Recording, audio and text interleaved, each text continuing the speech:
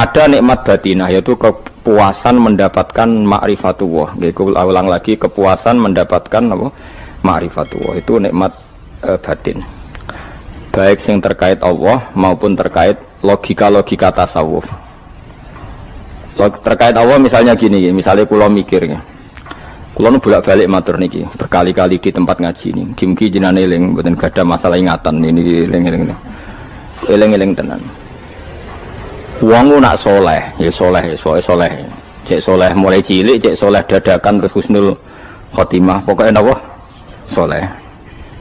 Niku nak mati, niku bumi ku nangis. Nangise bumi ku kekurangan utawi kalong wong sing sujud ning ndekne. Ya Allah Gusti, biasanya wonten tiyang niku sujud teng nggen kula, dia berperilaku baik teng nggen kula, sakniki tiyang niku pun jenengan ambil, nangis bumi. Sakniki sing urip arek bedua-bedua, damel narkoba, damel ngefly, damel macam-macam lah. Itu nangis bumi. Langit semeneng. Gusti matur nuwun Gusti, orang itu saya tunggu lama, sekarang sudah engkau angkat ke tempat kami. Maksudnya diangkat teng langit. Sing bumi nangis, sing langit napa? Seneng. Nah, kemudian kita berpikir begini, bumi kok iso nangis piye? Nah, itu terserah sampean apa termasuk ulama zahir apa termasuk ulama batin. Kalau ulama zahir mengatakan bumi nangis itu mau kinayatun anil husni. Pokoknya pantese bumi itu susah, wong kelangan putra terbaiknya. Tapi nak cara ulama-ulama hakikat yang mengenali sekali betapa kudrohnya Allah, betapa kudrohnya Allah itu tidak terbatas. Itu yang meyakini bumi nangis itu nangis tenan. Misalnya ngaten kula tak terangno malih ya. Kowe bayangno dadi Nabi Adam, ngrungokno kowe. Kowe bayangno dadi Nabi Adam. Nabi Adam tenan maksudnya.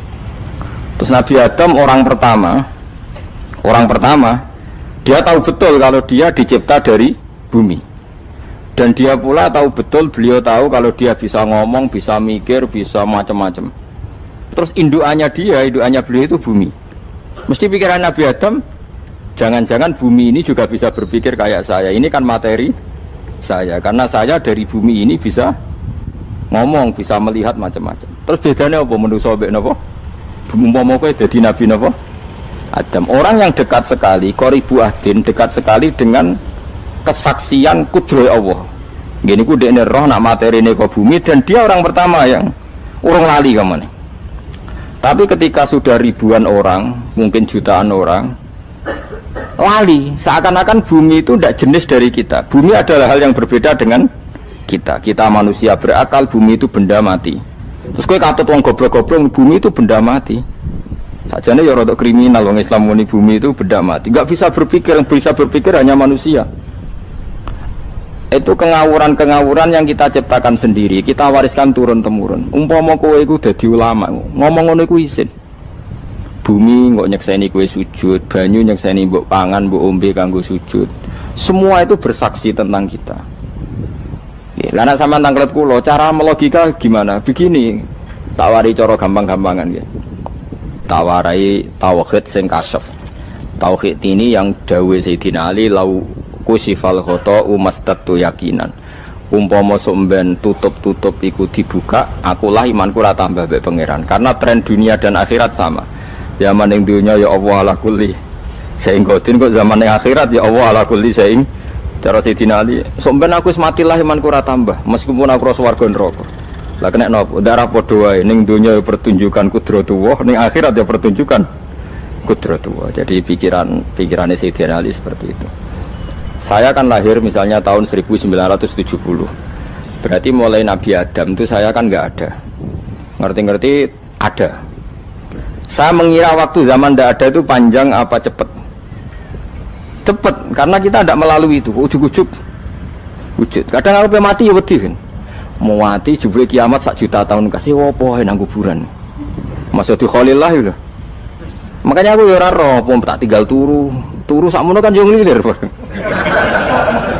Nang lilir terus nang ndi terus.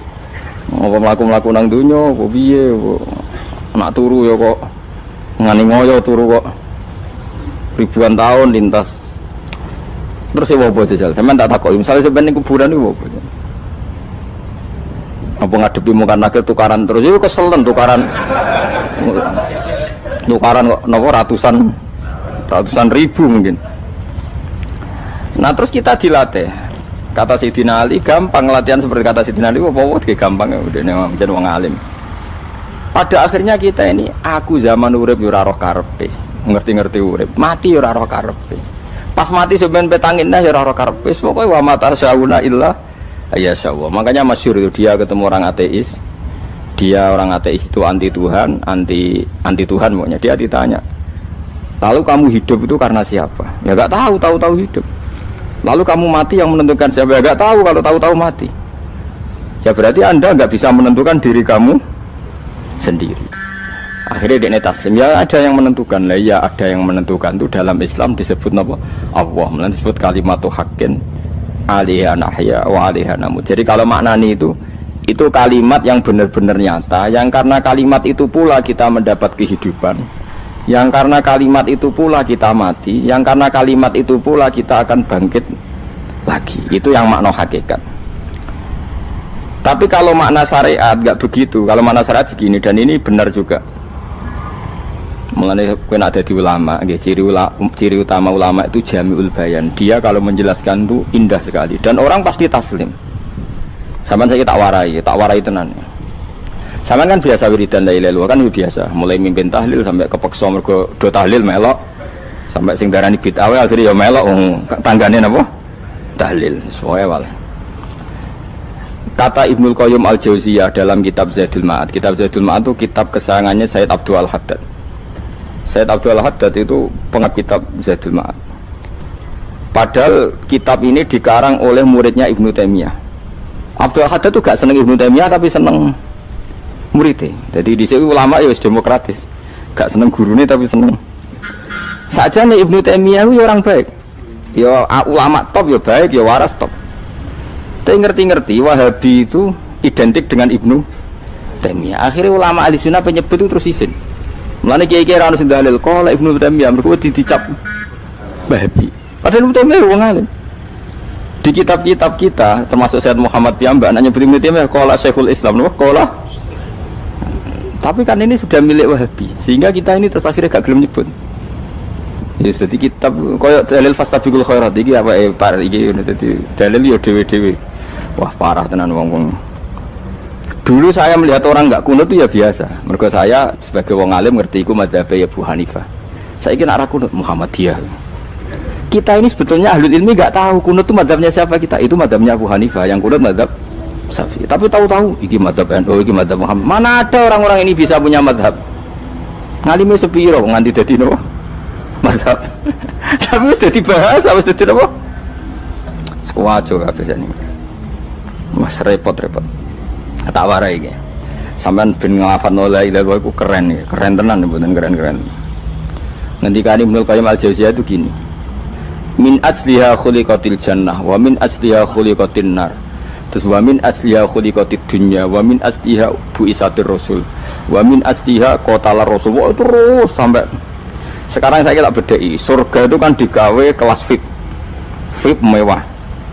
Terus jari rugane widadari dulu kan nak wingi sebut. Kira 70. 70. Wayu kabeh ora ono sing kriting, wayu kabeh. Wayu kabeh terus gak tahu delok wong liya.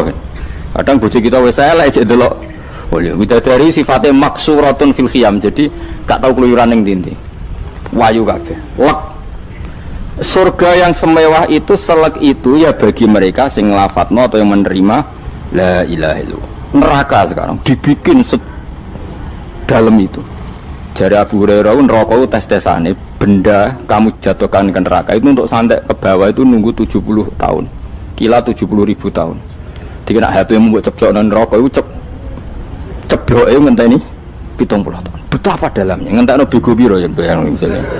Oh itu kontraktor mana saja tidak sanggup itu disuruh ngeduk kedalaman neraka. Iku ya mau kanggo wong sing menolak la ilaha illallah. Jadi kalimat ini luar biasa. Swarga digawe bagi yang nerima, neraka digawe ya untuk yang menolak. Iku kalimat sing kena tahlilan turu iku lho. Iku kalimat sing nggo alasan Allah gawe swarga. Terus kalimat sing suwe-suwe sing lafadzno diarani bid'ah iku. Itu kalimat sesakral ini nasibnya akhir zaman itu entek. Gara-gara dilafadzno tahlilan tersangka jadi apa? Beda. Dulu kalimat yang dipuja-puja penyebab surga dan neraka. Saiki kalimat itu tersangka. Mau perkara napa? Bid'ah. Wis ki aja melok-melok, kowe debat ya ora iso makili aku, sebarno ya iso. Kok kowe terusno dalan tok. Dah. Berarti la ilaha illallah itu kalimat yang surga dibikin karena itu, neraka dibikin ya karena itu. Kemudian Allah punya sunnah, lalu butuh pelatihan. Dikasihlah Allah gawe bumi. Piye manusia butuh latihan, dibikinlah bumi. Dan dia latihan ikrar la ilaha illallah dengan sadar, dibikinlah bumi, liyabluwakum terus dites. Wes digawe bumi, ono makanan, ono minuman, ono wong wayah, ono pegatan macam-macam, wong diutang sembulet macam-macam. Gue ngetes, eling la ilaha apa eling utangi, eling la ilaha apa eling kasuse, pokoknya dites. Karena nggak fair kalau Allah bikin itu kemudian nggak dites, dibikinlah darul imtihan. Dunia itu bahasa Arabnya darul imtihan, tempat tes-tesan. Imtihan mana apa? Tes, liyabluwakum, diuji. Wes diuji kita hidup. Artinya kita dihidupkannya pun oleh Allah demi tes-tesan la ilaha, itu disebut kalimatu haqqin alaiha. Nah ya sebenarnya kita hidup pun ini untuk dites. Pada akhirnya la ilaha illallah apa enggak? Paham ya? Terus dites. Allah itu juga secara hukum itu kan nggak fair, dites kok nggak punya pemandu, dibikinlah Rasul, diutuslah para Rasul untuk pemandu. Tes itu kan butuh seru, mak pemandu tok ora ono musuhe kan nggak seru, dibikinlah setan. Saat ini sebagian kita sudah setan, tapi ini ben seru. Lho ndak, setan kan minal jinnati wan nas, rumangsamu setan usopo. Baik setan minal jinnati wan nas. Jadi kena muni auzubillahi minasyaitonir rajim, terjemahnya berlindung Allah dari saya sendiri ya Allah itu. Lho itu kalau lama dulu biasa auzubillahi min syururi anfusina wa min sayyiati a'malina. Sebenarnya kita berlindung hanya dari setan yang jauh, iblis itu enggak. Ya setan diri kamu sendiri, min syururi anfusina, dari kejelekan diri kita. Ngomongnya do ujug, soalnya setan tuh makhluk gaib sing piye. Lah kowe iku sapa? Nganti kowe maksiat terus mergo akrab klop, roh mbek setan klop. Mulane terus maksiat. Dah. Allah ngutus pemandu yang ngecul setan ben fair. Napa? Fair. Jadi semua darul ibtila ini juga demi kalimat. Nah, makanya disebut kalimatu haqqin sing alaiha nahya. Kita hidup ya demi mendapatkan kalimat itu. Kita mati nanti ya demi kalimat itu, artinya mati ke neraka ya karena kalimat itu kita menolak atau mengabaikan. Masuk surga ya karena kalimat itu kita hormat, kita benar dalam memperlakukan kalimat itu. Berarti alaiha nahya wa alaiha nam. Terus wa alaiha nub'as karuan, kalau kamu termasuk minal aminin ya nub'as minas solihin, kalau minal kafirin ya nub'as minaz zalimin. Tapi semua desain dunia ini hanya demi kalimat la ilaha illallah Muhammadur Rasulullah. Nah ini kan penting. Bagaimana mungkin kemudian kalimat sesakral ini, sehebat ini, kemudian ada orang tahlil kamu tidur? Kok iso? Kalau janggal kok iso wong turu? Misalnya kayak mangkel, kalau mangkel sing mimpin Gus, wira barbar. Bagaimana mungkin kalimat yang menyelamatkan Anda kemudian Anda anggap problem? Elek gak? Apalagi kamu anggap ini bid'ah. Nak cara kula oke lah, ndongakno mayit itu gak ono tuntunan Nabi. Tahlilan gak ono tuntunan. Tapi wis muni tok kono tok. Artinya menduk kono tok ora usah nyerang kalimah, enak kalimah tetap kalimah thayyibah. Soal kowe ora seneng sing tahlil, mergo tiga profesi lah iku wonge wae gedhinge aja geman. Ya saya misalnya, saya kadang enggak cocok sama mubalek karena kadang profesi. Tapi saya tidak pernah anti pengajian, bagaimana itu membawa syiar Islam. Tapi kalau mubalek kadang ora seneng, kadang takok entuk piro. Bareng sangoni sithik, kok sumput mek transportasi ini. Lah ngono kok mbok senengi iku piye? Tapi kita terus gedeng keliru, itu sungguh syiar Islam. Mana ada pengajian didengar orang banyak tanpa mubalek? Gak iso. Ini iso melepukno barang-barang ra penting jadi penting iso. Lah cara guruku teng sareng, yang apa melepuk nganggo panggung barang perkara. Tapi kadang ya benar.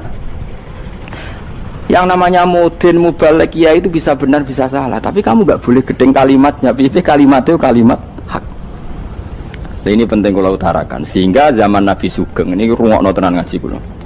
Zaman Nabi Sugeng ada sahabat. namanya tuh Usamah bin Zaid. Ini sahabat kesayangannya Nabi, hibbu Rasulillah. Usama itu diutus Nabi perang. Ini dengerin, diutus perang. Pas perang itu si kafir tadi memenggal temannya. Ada yang tangannya putus, kakinya putus. Wah, seorang kafir ini sudah luar biasa. Bacok sana, bacok sini. Ketika terdesak oleh pasukan Usama, kebetulan Usama ini cakap ya, sama beberapa temannya orang Ansor. Orang kafir yang sudah kotoa arjulana wa kotoa aidiana, dia pas terdesak bilang la ilaha illallah. Terus sama Usama tetap ditusuk, dibunuh karena dia berpikir ini qolaha muta'awwidzan, dia melafadzkan kalimat itu hanya berlindung dari pembunuhan. Setelah dilaporkan Nabi itu marah besar. Nabi ngendikan kaifa anta ya Usama bila ilaha illallah idza ja'at bika yaumal qiyamah. Kowe nek ditakoki la ilaha illallah ku piye? Piye-piye wis ngomong la ilaha illallah, tapi sampai ngomong ngoten sakwise ngethoki tangan kula, maksudnya tangan kula tangan kelompok saya, kaki saya. Nabi tetap jawab kaifa bila ilaha illallah idza ja'at bika yaumal qiyamah. Pokoknya Nabi menyoal terus. Sampai menjadi fatwa ijma'nya fuqaha, siapapun yang melafadzkan la ilaha illallah harus kita terima meskipun qolaha muta'awwidzan, meskipun saat melakukan hanya cara zahir berlindung dari kematian, sehingga kita terima. Orang kafir yang 80 tahun kafir melafadzkan la ilaha illallah 1 menit menjadi mukmin. Sampai ada ayat kulil ladzina kafaru iyantahu yufar lahum ma qad salaf. Ini kalimat yang sakral, bahkan kafir yang 80 tahun saja menjadi mukmin hanya karena melafadzkan la ilaha illallah. Mulane yang ngaji saya, yang seneng saya, jangan pernah kamu mengatakan ada bid'ah yang orang bisa jadi kafir. Bagaimana mungkin orang mukmin yang ke kuburan dan melafadzkan la ilaha illallah kamu katakan kafir? Padahal kalimat ini yang kafir 80 tahun saja menjadi mukmin. Saiki ana wong nglafadzno la ilaha illallah mergo salah tempat pinggir patok mbok arani kafir. Kok aneh. Mungkin kafir 80 tahun udah dadi mukmin iki gara-gara ngafalno la ilaha illallah dadi kafir. Mergo mau salah tempat ning pinggir apa? Patok. Mboten ora cocok muni nganggur, wong sering ziarah ku nganggur. Nyatane ya tenan. Cara dekne pegawai negeri ora sering ziarah. Nah iku tapi ora usah muni kafir gak mungkin lah. Coba kalimat ini itu orang kafir yang 80 tahun menjadi apa coba dengan melafadzkan kalimat ini? Mukmin kan? Berarti kalimat ini adalah kalimat penghilang kekafiran. Lalu karena dilafadzkan secara salah dianggap kafir. Hanya karena bid'ah itu tidak mungkin. Makanya sebetulnya Wahabi yang alim-alim itu tidak berpendapat demikian. Saya punya beberapa referensi Wahabi yang alim itu tidak pernah mengkafir-kafirkan orang karena perdebatannya seperti itu. Tapi saat ini wis kuwajo. Sebenarnya kalau orang alim itu ya mirip-mirip, entah Wahabi entah tidak mirip-mirip. Karena kalimat tadi. Wahabi itu kitab terbesarnya itu Ibnu Taimiyah. Ibnu Taimiyah itu punya murid Ibnu Qayyim Al-Jauziyah. Itu sampai sekarang saya lihat di fatwanya Ibnu Taimiyah itu begitu hormat sama orang-orang kita ini sama. Tapi tahu-tahu lewat penyaduran sana sini terus menjadi kacau. Jadi kalau balik ini malah sampai nak kepengen dua nikmat batinah seperti tadi yang saya utarakan. Swarga dicipta sedemikian mewah ya demi yang menerima la ilaha illallah. Terus neraka dibikin se ekstrim itu juga bagi yang nolak. Kemudian dibikin daru pelatihan yaitu dunia ya karena kalimat berarti kalimat ini luar biasa. Wa biha qamatis samawati wal ardu. Kalimat ini pulang menjadikan langit bumi berdiri.